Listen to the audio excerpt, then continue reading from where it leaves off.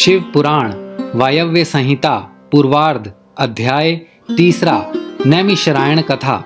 ब्रह्मा जी बोले, हे ऋषियों, जिसने ब्रह्मा विष्णु और रुद्र सहित पूरे संसार को रचा है, जिनकी कृपा दृष्टि पाकर संसार के सभी प्राणी भय मुक्त हो जाते हैं, जो सब इंद्रियों के मूल हैं, जिनकी कृपा से मुझे प्रजापति पद प्राप्त हुआ है, जो सब पर शासन करने वाले हैं, जिनकी कृपा से सूर्य चंद्र अग्नि बिजली सहित पूरा संसार प्रकाशित होता है, वे पर ब्रह्म और कोई नहीं, स्वयं शिव ही हैं।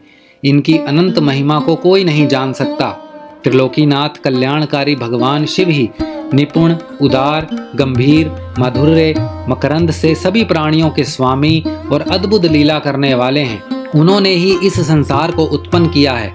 प्रलय काल में ही वे सारे ब्रह्मांड को अपने अधीन कर अपने में विलीन कर लेते हैं। भगवान शिव का सच्चे मन से पूजन और आराधना करने वाले को प्रभु का दर्शन प्राप्त होता है। भगवान शिव के 3 रूप हैं, स्थूल सूक्ष्म और सूक्ष्म से भी सूक्ष्म। स्थूल रूप को देवता, सूक्ष्म को योगी जन और तीसरे अर्थात अत्यंत सूक्ष्म रूप को शिवजी के परम भक्त और शिव व्रत का उत्तम पालन करने वाले ही देख सकते हैं। धर्म का विशेष ज्ञान हो जाने पर अधर्म का नाश हो जाता है और फिर शिवजी की अचल भक्ति प्राप्त होती है। भगवान शिव की कृपा से कर्म के बंधनों से मुक्ति मिल जाती है तथा मनुष्य शिव धर्म में प्रवृत्त हो जाता है।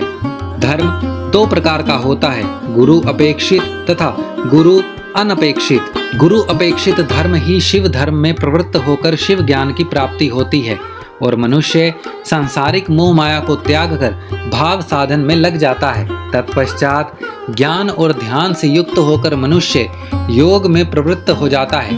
योग से भक्ति, भक्ति से शिवजी की कृपा और उनकी कृपा से संसार से मुक्ति मिल जाती है। तब मनुष्य शिव धाम और शिव पद को प्राप्त कर लेता है। इसीलिए ऋषिगण आप सबको मन और वाणी को शुद्ध करके परमात्मा शिव का ध्यान में लग जाना चाहिए। यज्ञों और मंत्रों द्वारा आवाहन करने से वायुदेव आपके पास आएंगे, उसी से तुम्हारा कल्याण होगा। फिर आप सब पवित्र वाराणसी नगरी में चले जाना, क्योंकि वहीं पर पिनाकधारी शिव देवी पार्वती जी के साथ विराजमान हैं।